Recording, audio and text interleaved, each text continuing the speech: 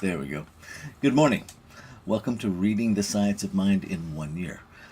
I'm Reverend Rafe Ellis, Senior Minister and Spiritual Leader of the Center for Spiritual Living Common Ground in Central Maryland. Today is March 11th. And so, what we do here is we take a listen to the reading of the day based on Reverend Dr. Edward Viljoen's Reading the Science of Mind in 1 Year in the front of the Science of Mind text. I offer perspectives that come alive in me as the reading happens today. It's not planned so I'm really just in the moment with you. And so I invite you to share anything that comes alive for you in the chat. If you have particular questions that come up, populate them in the chat of whatever function you're using, and we will see if we can address those. If not today, maybe later. And then we go into a 5-minute meditative practice, which is just a time to practice being present with what is. We're not trying to make anything happen or prevent anything from happening. We're just practicing being present. And then I close us out with a spiritual mind treatment, also known as affirmative prayer. So let's get to it. Here's today's reading. Let me pull that up. Reading for March 11th. Science of Mind, A Philosophy of Faith, A Way of Life by Ernest Holmes. Reading from page 146, paragraph 2, through page 148, paragraph 4, using inclusive language. The power within. Through spiritual discernment, we see that we have within us a power which is greater than anything we should ever contact. Power that can overcome every obstacle in our experience and set us safe, satisfied, and at peace, healed and prosperous in a new light and a new life. If Creator be for us, who can be against us? Source's creative power of mind is right here. We have as much of this power to use as we believe in and embody. The storehouse of nature is filled with infinite good, awaiting the touch of our awakened thought to spring forth into manifestation in our lives. But the awakening must be within our thought. The word that we speak is the law of our lives, and nothing hinders its operation but ourselves. We may use this creative word for whatever purposes we desire, and the word becomes the law unto the thing for which it was spoken. We are given the power to sit in the midst of our lives and direct their activities. Strife and struggle are unnecessary. We only need to know, but we must know constructively. Just so far as we depend upon any condition, past, present, or future, we are creating chaos because we are then dealing with condition effects and not with causes.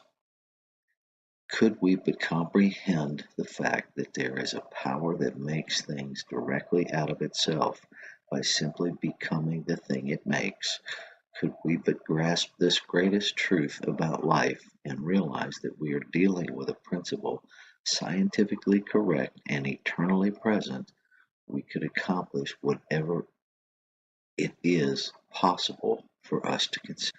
Life externalizes at the level of our thought. We set our own limitations.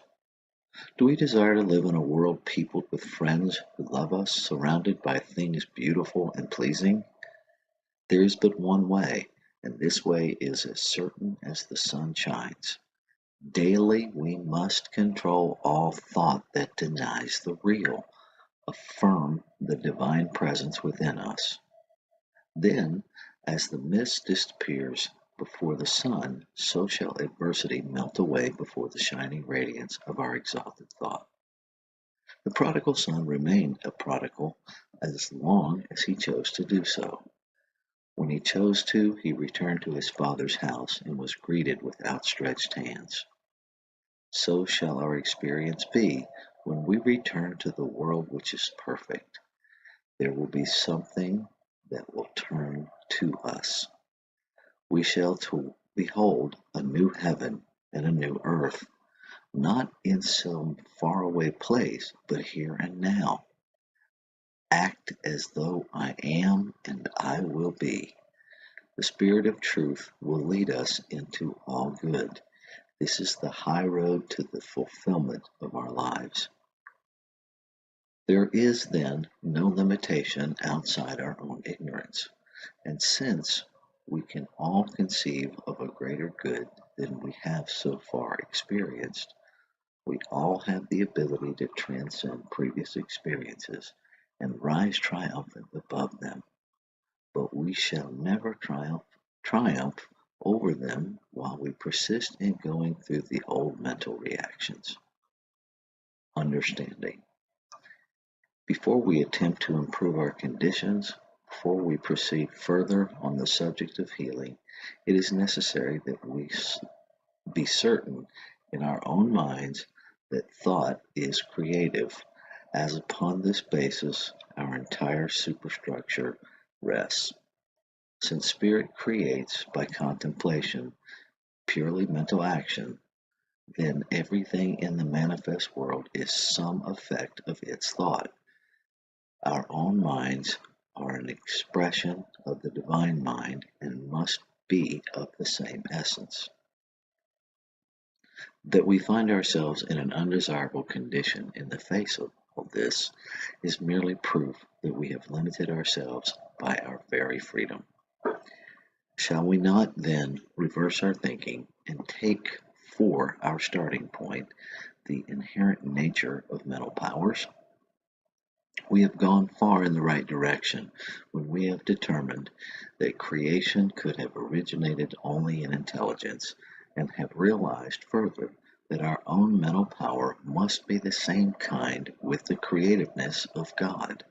Thus, we begin to sense, even though dimly, that as our mind becomes more like the divine mind, we shall expand into a greater livingness. Our world created by our consciousness, and our consciousness taking its color from the perception of our relation to the infinite. We should strive toward a perfect vision, perfect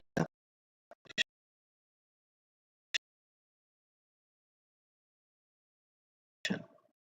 We should accept right through all that appears to be and use this almighty power for definite purposes. We should daily feel a deep union with life, a greater sense of that indwelling God, the God of the seen and of the unseen within us. When we speak into this mind, we have sown a seed of thought in the absolute, and we may rest in peace. We need not make haste, for it is done unto us as we believe. In that day, they that call upon me, I will answer.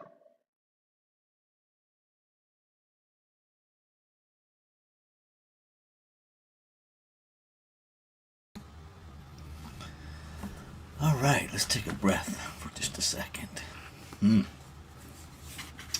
So the first sentence that jumped out for me, we have as much of this power as we use as we believe in and embody.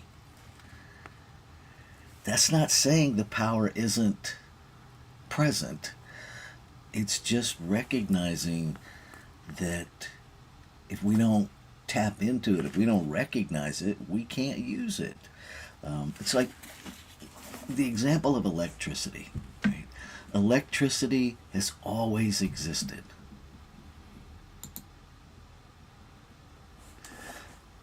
Electricity has always existed. But we couldn't use it until we became aware of it. And then we could only use it in the limited awareness that we had. And as we have become more aware of electricity, it has become more broadly used as a tool. Right? We started out with a light bulb, and now it's driving, it's powering vehicles that we drive. So we it's the same with this infinite intelligence that the reading today talks about. It all starts as an intelligence. I think one of our biggest challenges is that we tend to relate to it in the seen, in the form, rather than the unformed. Right? None of us has ever seen love. We've seen the effects of love. We've never seen intelligence. We've seen the effects of intelligence. And so one of the challenges for us is to do the dance, do the mental wrestling match, whatever we want to call it, to get clear that everything we see is this unseen making itself visible in form.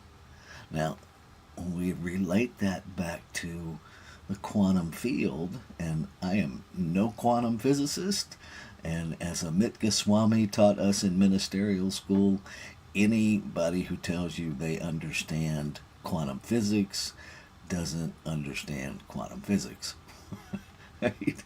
But there's this thing called the observer effect, that there's this infinite field of energy, and when we have a mental picture, when we observe it in our thoughts, it produces a corresponding thing in the physical realm. And the trick is really, for me, it's really exciting. I geek out on this stuff sometimes, that nothing is solid. Not really. Einstein said it, everything is always in motion, right? The cars we drive, as solid as they feel, in terms of pure physics, they're not, because no two molecules within that vehicle are touching each other. It's just vibrating at a rate that it appears solid. It's trippy stuff, and it takes us back to this fundamental truth that everything is this invisible something expressing in form. And if the word God is a barrier to you, don't use it. Just don't use it. Call it creation.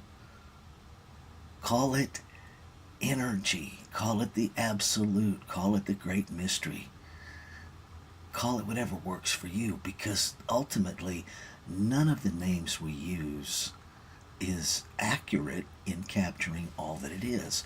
It's just a name that helps us relate to who we are. Right? Whatever your name is, it doesn't communicate who you are to people. It communicates how to reference you. Right?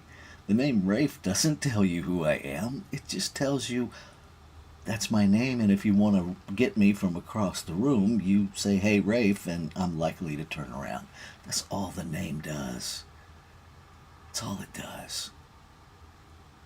And so be open to defining the infinite by letting go of the definitions that we've been limited with. Which takes me to the other thing that I wanted to bring up. There is then no limitation outside our own ignorance. And since we can all conceive of a greater good than we have so far experienced, we all have the ability to transcend previous experiences and rise triumphant above them. Right? We get to move beyond our past. We get to move beyond our trauma. We get to move beyond what was and create a new what is. Right? And here's the last part of that sentence. But we shall never triumph over we will never triumph over them while we persist in going through the old mental reactions. We have to stop reliving the past. We have to find a way to let go. And I'm not talking about reliving it by speaking out loud, because sometimes the most detrimental thing we do is the silent running of the stories over and over again, the reliving them internally. And we get to be free from that. Right? All of the abuse that I encountered happened. It all happened. That's real. Right? If you're struggling with some past trauma, that's real. And I invite you to let go of the struggle, to let go of how any of that defines you. It's stuff that happened to us, but it's not the definition of us. It's not the essence of us. The essence of us, what we're made out of, is perfection, is this infinite intelligence. Imagine an ice tray, okay? And all of the ice cubes except for one are perfect. And one of the little squares has a bunch of cracks in it. And so the ice cube in that particular square is malformed, doesn't look like the rest of them, and is tossed into the sink when the ice tray is broken. If that's you, so what? You're still water. All of those ice cubes are made from the same water. And they all wind up in the same place eventually anyway, back into the atmosphere. So we get to find that place where whatever happened, however we were tossed aside, however we see ourselves as malformed, we get to understand that differently, that we're not the form, we're the essence. We're not the ice cube, we're the water. And then we can forgive and we can let go. And that's not about making somebody else's behavior okay. It's about setting ourselves free. And we deserve freedom. It is our birthright. And no freedom can ever come at anybody else's expense. That's not freedom. Freedom is an inside job. And so I invite you to really begin to lean into these teachings as a path to freedom. And what could be greater good than to live in absolute joy of freedom? That it's more about you than the stuff you have. So I'm going to stop there and take us into our meditation.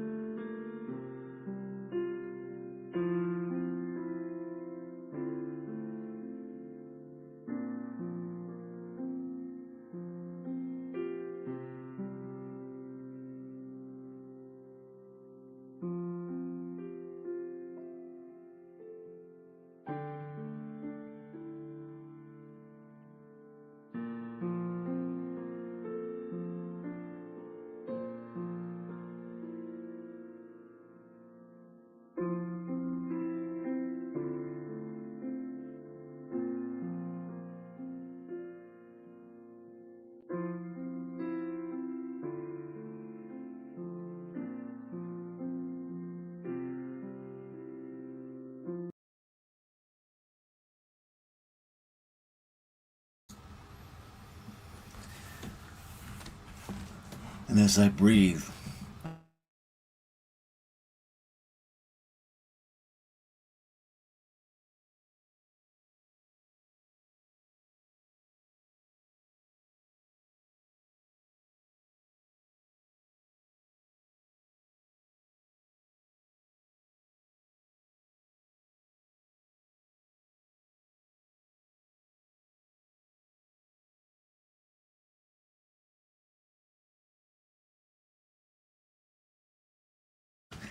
it is indistinct.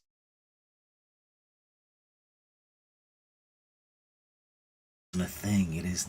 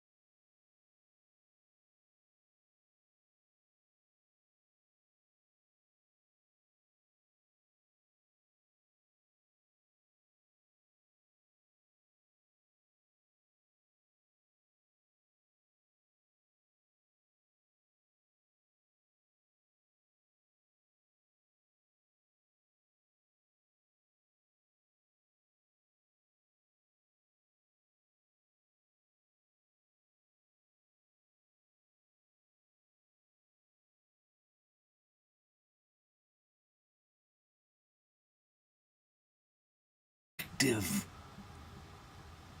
Is releasing.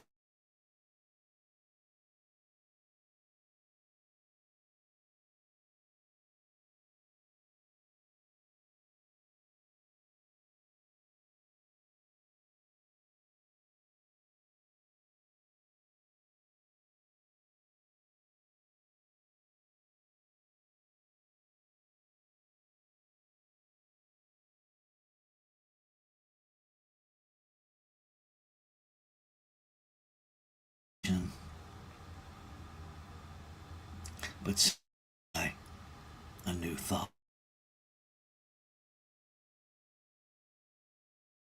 is power other than love. That the expression of hate is not the absence of love, but merely the absence of the awareness of love. And so I claim and affirm that love is coming into the awareness of humanity.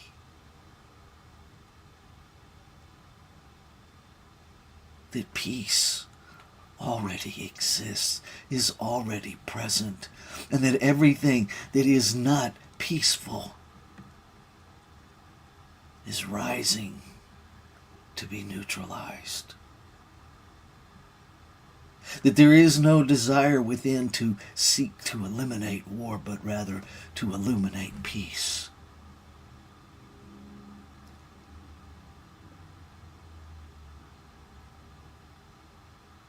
we seek to be the presence of more than we seek to eliminate the activity of. So I claim and affirm that all discord is healed, that all sense of separation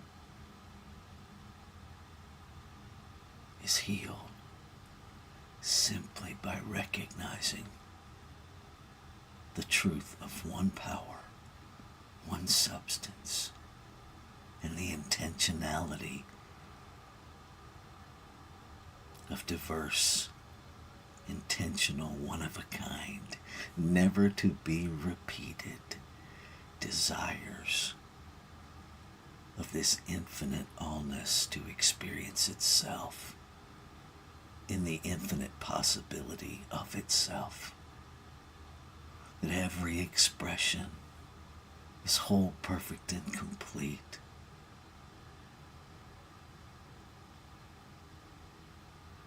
There is no desire in creation for uniformity.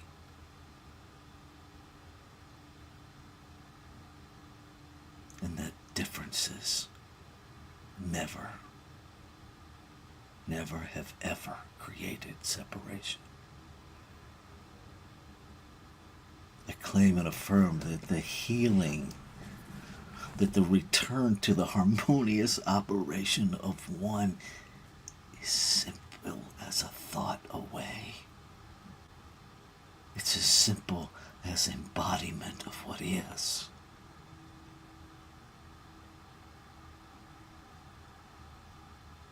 And so I claim it. I be it. I radiate it. And again, what is true of me is true of all. One voice, many megaphones. And in this moment, I am grateful. I am grateful for the activity of creation. It simply receives the desire of its own heart, acts upon it with the infiniteness of everything that is available, and makes it so. Makes it so independent of when and how and where it is recognized. It simply makes it so. And so I know that everything that has been spoken this morning already is so. It has already been acted upon and already done. And so now the activity is to release everything that would be a barrier to experiencing that. To release every thought that is a limitation to experiencing the full manifestation of the infinite expressing the desire that has been spoken of its heart into the activity of itself that we call law. It is done. And so I let go. Over and over again, I release anything that limits the awareness and the experience of what is. And so it is. Namaste.